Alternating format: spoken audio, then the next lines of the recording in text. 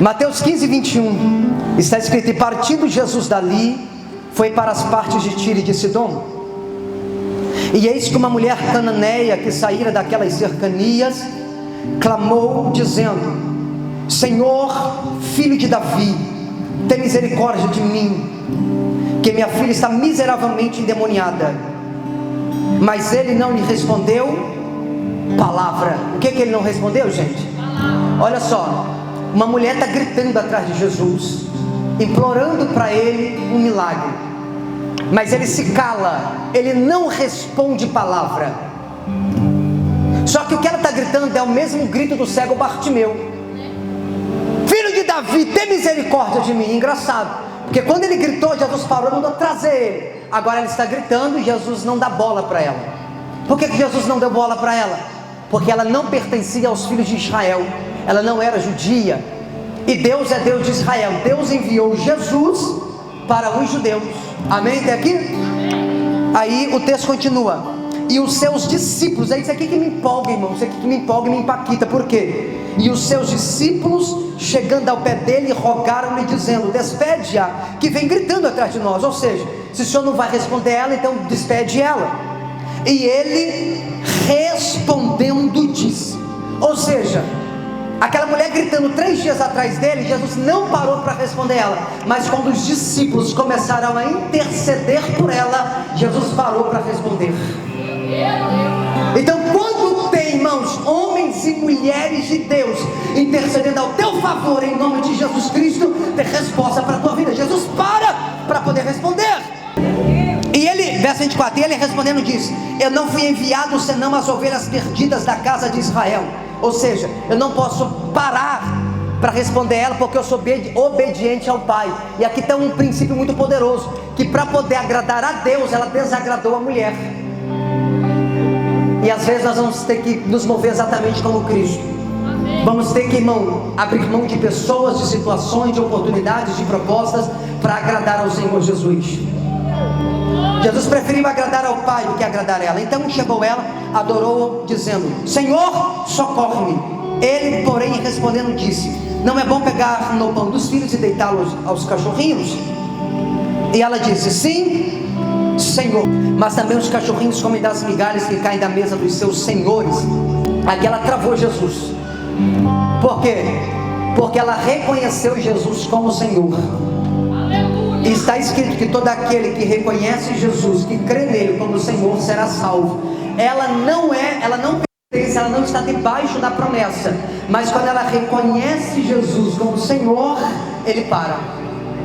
E aqui está um segredo, porque Jesus, ele só pode se tornar o provedor de alguém quando primeiro ele se torna Senhor dessa pessoa.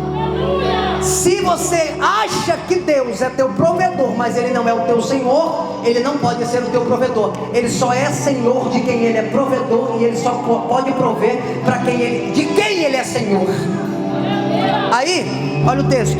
Então respondeu Jesus e disse-lhe: ó mulher, grande é a tua fé. Ou seja, a primeira pessoa a acessar Jesus pela fé, que não pertencia ao povo judeu, foi essa mulher. Então nesse momento abriu-se a porta da oportunidade para nós, chamado a graça de Deus.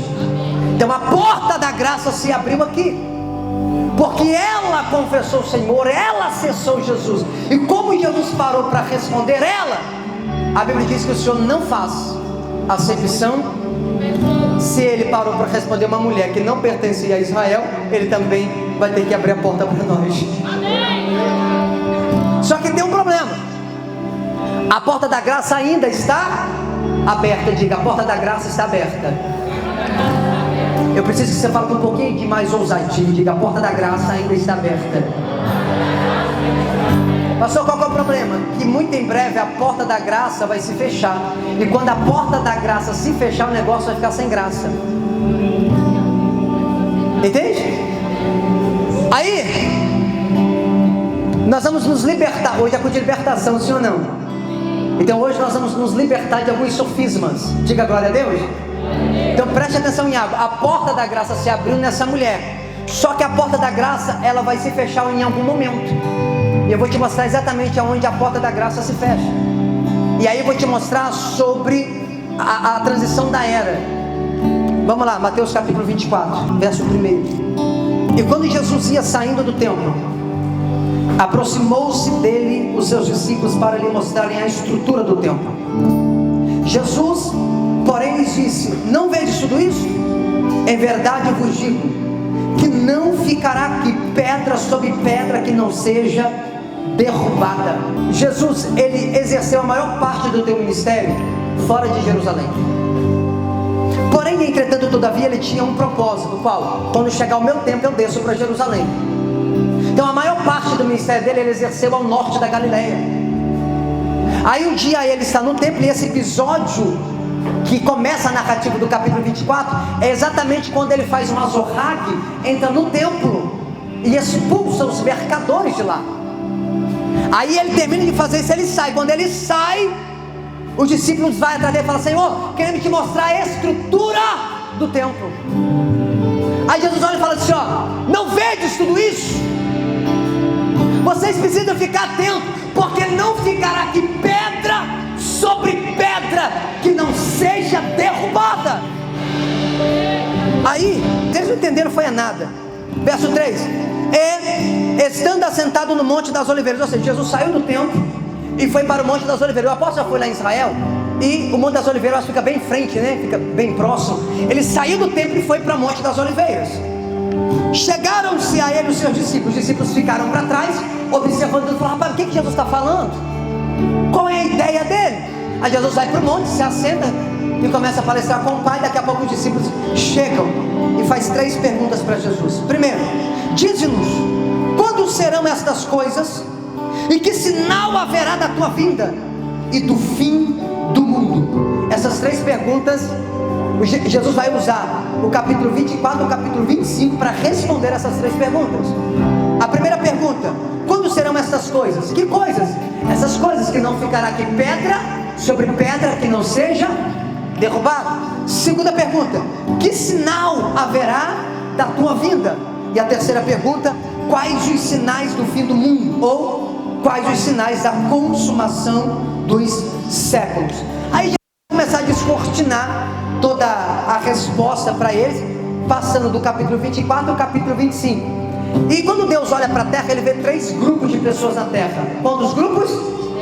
Deus só vê 3 pessoas. Primeiro, ele vê judeus. Segundo, ele vê gentios. E terceiro, eu julgo a classe mais importante, que é a igreja do Senhor Jesus. Então, quando ele olha, ele vê judeu, ele vê gentios e ele vê a igreja. A igreja, ela é composta por judeus e também por gentios. E ele vai começar uma narrativa e observa algo que é interessante. Verso número 24. Eu não vou fazer a divisão da resposta nos capítulos agora, senão a gente vai perder muito tempo. Verso 4: e Jesus respondendo disse-lhes: acautelai-vos que ninguém vos engane, porque muitos virão em meu nome, dizendo: eu sou o Cristo, e enganarão a muitos. Irmãos, o que não falta por aí são falsos cristos, acredite em mim. Se você digitar lá no Google falsos cristos, você vai achar um mundo de Cristo, falsos cristos, né? Tem um aí, irmão, que durante 6 meses ele é homem, durante 6 meses ele é mulher. Ele é assexuado, diz que... Irmão, e tem milhões de pessoas que seguem ele. No Brasil tem um que é muito folclórico, né? Que é o Henri Cristo, né? Mas se diz Cristo, né? Mas vamos lá, verso 6. Irmão, preste atenção nisso, isso é libertador para nós. E ouvireis de guerras e de rumores de guerras. Olhai, não vos assusteis, porque é mister que tudo isso aconteça, mas ainda não é o fim. Irmão, os judeus respiram guerra, só para você saber. Irmão, Israel é cercado de mísseis apontados para eles o tempo todo, 24 horas. O mundo está respirando guerra. O Estado Islâmico, irmão, mata crente quase todo dia, está em guerra diária. A mídia só não mostra essas coisas, mas o mundo está respirando guerra. É que a gente é muito desatento. Verso 7: porquanto se levantará nação contra, diga, nação contra nação, e reino contra reino, e haverá fomes e pestes e terremotos em vários lugares, mas todas essas coisas são o princípio de dores. Irmão, nação contra nação está falando de guerras civis. O nosso país está em guerra, dividido em dois grupos, direita e esquerda. E aí, pastor? E aí? Que são os princípios das dores. Eu posso dar um recado para você? É libertador para você isso aqui. Não se assuste se estourar uma guerra de uma hora para outra aí. Está escrito. E muita coisa vai acontecer que os seus olhos ficaram perplexos. Lá na Coreia do Norte, eu não sei se você sabe, irmão, lá não entra Bíblia. Aqui a gente tem Bíblia, né? Tem telão, tem tudo aqui. Mas na Coreia não entra. Se eles pegar você entrando com a Bíblia na Coreia do Norte, eles te matam. Te dão prisão perpétua. Isso ainda não é uma realidade no nosso Brasil, no nosso país. Ainda. Mas estamos caminhando para isso, irmãos. O comunismo vai tomar grande parte do mundo. Não tomará o mundo inteiro, mas grande parte do mundo. Por quê, pastor? Porque tem que acontecer. Tem que acontecer. O negócio em alguns países são tão sérios como na Coreia, que lá eles nem sabem que existe o Instagram e o WhatsApp. E a gente passa o dia inteiro lá no Instagram e no WhatsApp, né? Lá eles nem sabem que existem essas coisas. O mundo está literalmente em erupção. Depois você faz uma pesquisa quando chegar na sua casa. Entra no site chamado Apolo 11. Você vai ver, irmão, que são terremotos o tempo todo por esse mundão de meu Deus. Mas o que vai acontecer? Pestes. Que são pestes. Aconteceu agora, no final de 2019, 2020. Covid-19, coronavírus impactou o mundo. São pestes. Doenças que as pessoas não acham cura. Câncer. AIDS. Irmão, como assim? Até agora não encontraram a cura para AIDS. É pesado, né, irmão? Mas é sério, né? A maior máfia do mundo é a indústria farmacêutica. Se o tribunal de Cristo, irmão, se implantasse sobre esse altar aqui agora, o juízo viria sobre essa indústria. Porque mataram muita gente. Porque tinha um remédio para entregar e não entregaram. Vamos nos libertar hoje dos sofismas. Mas o que vai acontecer, pastor? Fome. Eu não sei se você sabe, mais de 1/3 da população mundial passa fome. Morre de fome. É claro, você mora em Campo Grande, irmão. Você mora no Brasil. Come picanha. Termina o culto, você vai lá no Fabinho, lá, come lanche. Vai no Adriano, come carne assada. Irmão, nós estamos no Brasil. Verso 9, deixa eu acelerar aqui, crente. Então vos hei de entregar para seres atormentados e matar-vos-ão, e serão odiados de todas as nações por causa do meu nome. Está falando do judeu. Irmão, odiar um judeu é a coisa mais fácil que tem. Pastor, por quê? Porque onde o judeu coloca o pé, prospera. E que dá uma raiva. Irmão, você finge que não, mas quando você vê alguém prosperando, você fica com raiva. Mas por que ele vai e eu não vou? Por que ele dá certo? Irmão, tinha no Brasil um grupo de judeus. Aí o judeu que estava no Brasil começou a prosperar no Brasil. Aí só a gente que não prospera aqui dentro. O judeu chegou aqui e começou a prosperar. Aí, sabe o que o brasileiro fez? Chutou o judeu para fora do Brasil. Você sabe para onde eles foram? Para o deserto. Que deserto, pastor? Lá nos Estados Unidos. Foi para o deserto. Esse lugar é chamado Manhattan. É o coração financeiro do mundo. É o pedaço de terra mais caro do planeta Terra. Está em Manhattan. Por quê? Foi colonizado por judeus. E inclusive judeus que estavam no Brasil. Então o texto está dizendo assim, ó. E odiar-vos-ão, vocês serão odiados de todas as nações, irmão. O mundo odeia os judeus. Já parou para observar isso? Eles prosperam demais. Quando é que Israel voltou a movimentar e a ser nação? Em 47. Irmão, há 70 anos atrás, Israel hoje era só um deserto. Mas vamos pular, vamos para o verso 32. Aprendei, pois, esta parábola da figueira. Quando já os seus ramos se tornam tenros e brotam as folhas, sabeis que está próximo o verão. Sempre que fala de parábola, está falando para a igreja, tá, irmãos? Então está dizendo o seguinte: quer saber quando o verão está se aproximando? Olha para a figueira, que os seus ramos estarão brotando, a folha está ficando bonita. Da mesma forma, verso 33, ó, verso 33. Igualmente, ou da mesma forma, quando virdes todas estas coisas, sabei que Ele está próximo às portas.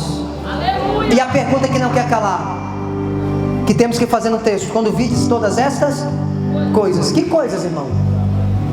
Que coisa é essa que ele está falando? As coisas que ele acabou de narrar. Que coisas, pastor? Quando você vê terremoto, irmão, a gente vê terremoto nos nossos dias? Sim ou não? Fome, sim ou não? Peste, sim ou não? Guerra, sim ou não? Ele está dizendo: quando vide todas essas coisas, saber que Ele está próximo às portas. 34. Em verdade eu vos digo que não passará. Diga: não passará esta geração sem que todas essas coisas aconteçam. Irmão, os teólogos batem cabeça para tentar entender. Falaram que uma geração era 40 anos, depois falaram que era 70, depois aumentaram para 80, agora falaram que é 120. Só falta o Espírito Santo para revelar para eles. Que geração é essa que não passará? O próprio texto está dizendo: a geração que vê todas essas coisas acontecer, ela será a última geração. Então qual é a geração que está vendo pestes, guerras, terremotos, fome? O evangelho do reino sendo pregado. Que geração que está vendo tudo isso, irmão, de uma vez só? Olha para esse crente e fala: é a tua geração, irmão. Fala para ele. Fala para ele assim: nós somos a última geração. Diga para ele. Fala para ele: nós somos a última geração. Diga para ele: nós somos a geração do arrebatamento. Diga para ele. Fala, profetiza para ele. Diga assim: se posicione, porque Jesus está vindo aí.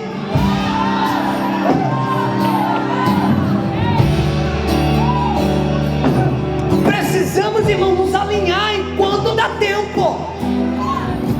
Apocalipse 18. Apocalipse 18, irmão, é exatamente o período que a chapa vai esquentar. E havendo aberto o sétimo selo, diga o sétimo selo. Diga sétimo selo. Irmãos, o sétimo selo está sendo aberto. Fez-se silêncio no céu quase por meia hora. E viu os 7 anjos. Eu falei sobre esses anjos aqui, irmão, semana passada, que estavam diante de Deus e foram lhes dadas 7 trombetas. Deixa eu saltar o texto aqui, versos número 13. E olhei, e ouvi um anjo voar pelo meio do céu, dizendo com grande voz: ai, ai, ai, ai dos que habitam sobre a terra. Por que, pastor? Por causa das outras vozes das trombetas dos 3 anjos que hão de ainda tocar. Observa o verso 1. O verso 1 diz assim, ó: e havendo aberto o 7º selo, fez silêncio no céu quase por meia hora. Irmãos, por que se fez silêncio? Porque a gente se faz silêncio quando é um momento de solenidade, quando há algo muito importante acontecendo. E aqui há um momento de tensão muito grande. O céu sabe disso. Há quase meia hora de silêncio. Pastor, por quê? É simples. São 7 selos. Quantos selos? Ó, a ideia é simples. Olha para mim. 7 selos. Dentro do 7º selo tem 7 trombetas. Aí tem 7 trombetas. Dentro da 7ª trombeta tem os 7 cálices da ira de Deus. Então tanto o cálice quanto as trombetas estão dentro do 7º selo. Apocalipse 8 começa com a abertura do 7º selo. E aí acontece um momento de tensão. O céu para. Irmão, porque se você ler o capítulo 5, você vai ver quando o Cordeiro chega, os anciãos, anjos, todo mundo começa santo, santo, adorando, sim ou não? Mas de repente há um silêncio no céu. Silêncio. Imagina a atenção. O céu sabe que um fim de um ciclo está se aproximando. Pastor, que ciclo é esse que está se encerrando em Apocalipse 8? O fim da graça. A era da graça se encerra e inicia a era do juízo de Deus. Qual que é o problema? Tem 7 trombetas que vão tocar. 4 trombetas vai destruir com as coisas da terra. Só que o anjo diz: ai, ai, ai dos que habitam sobre a terra. Por quê? Porque as próximas 3 trombetas que virão vão ferir diretamente o homem. Sempre que a Bíblia vai falar do 7 em Apocalipse, o 7 é dividido em 4 mais 3 ou 3 mais 4. Óbvio, não está tendo de explicar sobre isso, mas quando começa do 3 para o 4, o número 7, do 3 para o 4, significa que o homem está em decadência. Foi assim para as 7 igrejas do Apocalipse. O homem estava em decadência. O selo foi o contrário, foi do 4 para o 3. É o homem se aproximando de Deus. É o homem se restabelecendo a conexão com o Senhor. Eu tenho uma boa notícia para você. Aleluia! A boa notícia, pastor Rafael, é que chegar esse tempo, aqueles que hoje perseverar, aqueles que hoje entender, pastor, que precisa se envolver com as coisas de Deus, aqueles que hoje entender que não é apenas um crente comum, quando chegar esse dia, nós não estaremos aqui. Oh glória! O Senhor te trouxe aqui para dizer: ei, eu vou te salvar, eu vou te guardar do período. Rabarasubina labaracandarai, se coloque de pé. Oh, labaraquiande promina labrasubina. Valorize a graça, valorize a presença do Senhor, valorize, se envolva, faça.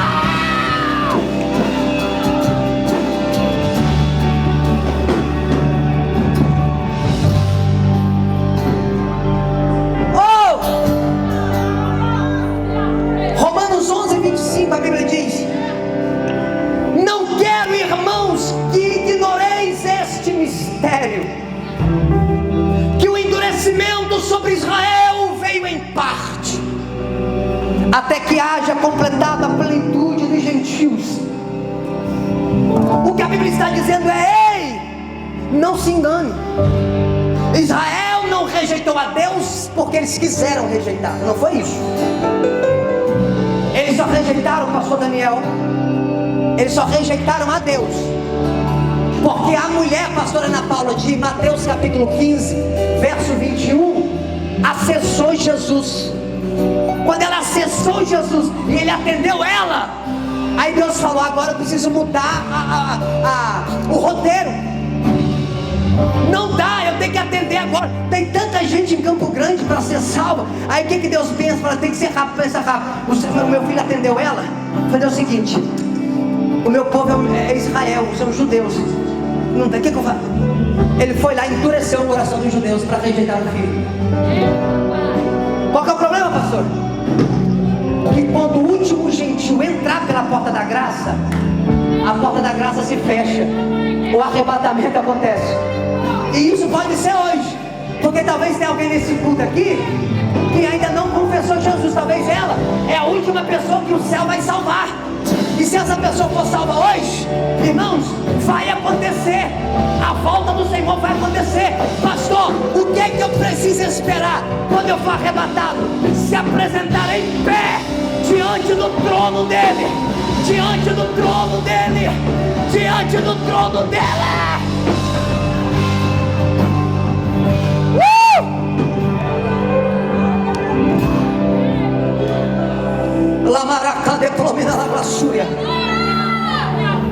Hoje nós vamos ser libertos desses sofismas, das mentiras que nos contaram, dizendo: ei, se você vai perder sua salvação.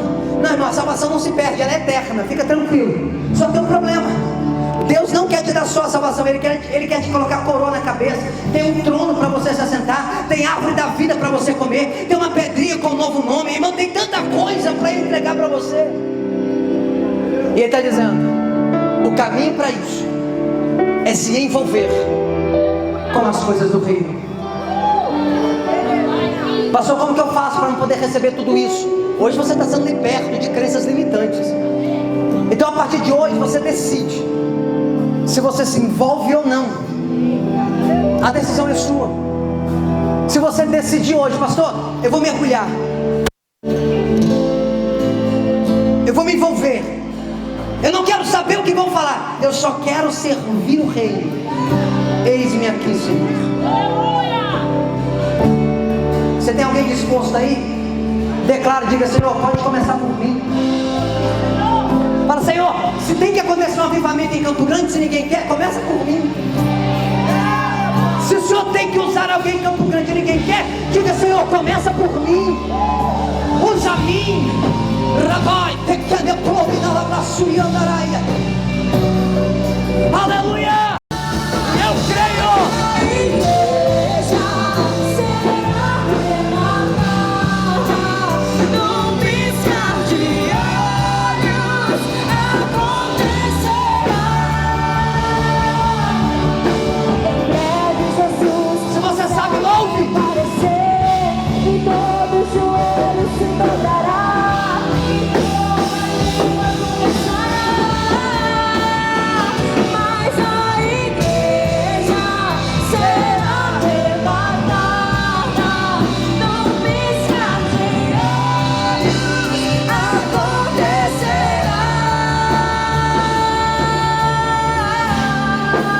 Olha para mim, só você que crê, só você que acredita de verdade, irmão, que o arrebatamento é real e que o Senhor tem isso reservado para você. Pastor, eu quero, pastor, a partir desse culto, eu me liberto, pastor, de tudo aquilo que falaram, de toda a crença limitante. Pastor, eu me liberto de todo esse sentimento de impossibilidade, de incapacidade. Pastor, eu decido a partir de hoje me envolver com as coisas do reino. Eu vou fazer uma oração profética por você. No lugar, como um ato de fé, vem para cá, correndo. Eu quero estar envolvido com as coisas do reino. Pastor, eu já sou envolvido. Então vem para cá, ajudar a orar pelos irmãos. Venha, venha.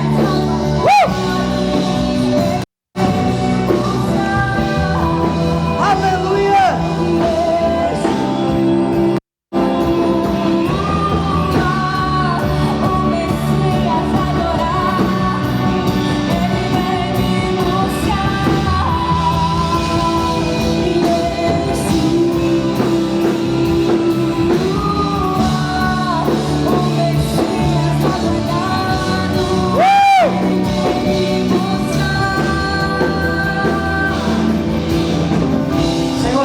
Muito obrigado, meu Deus, pela vida desses homens e mulheres que estão aqui na frente, meu Pai. Senhor Jesus, sabemos que a obra do Senhor exige de nós decisão. Senhor Jesus, mas hoje estamos sendo libertos de toda a crença que nos limitava, de tudo aquilo, meu Deus, toda a barreira que nos impedia de se envolver com as tuas coisas. Senhor Jesus, nos dê um coração, meu Pai, um coração sedento pela tua palavra, pelo teu reino, pelo teu altar. Senhor Jesus, pessoas que entraram nesse culto hoje, que estavam desanimados, Senhor Jesus, porque talvez estavam, meu Deus, sem esperança, mas hoje, meu Pai, eles estão entendendo que eles fazem parte da última geração, e é importante, é necessário avançar na pregação do Evangelho do Reino. Senhor Jesus, começa a usar os teus filhos. Traga renovo agora, Senhor. Traga renovo agora, Senhor. Traga renovo, traga renovo, traga renovo.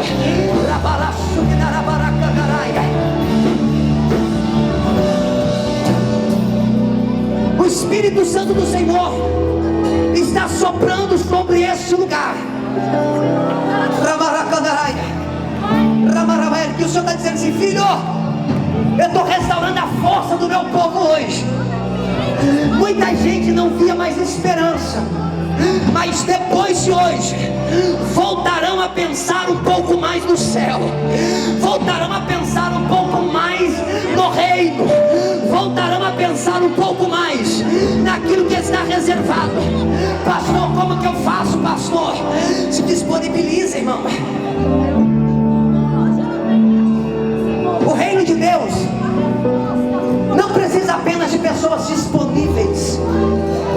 O reino de Deus precisa muito mais de pessoas dispostas, porque tem muita gente disponível, mas não estão dispostas. E o Senhor está dizendo: eu procuro alguém disposto hoje, que 2023 vai fazer acontecer, que 2023 vai fazer acontecer. Espírito Santo, traga força sobre os seus filhos.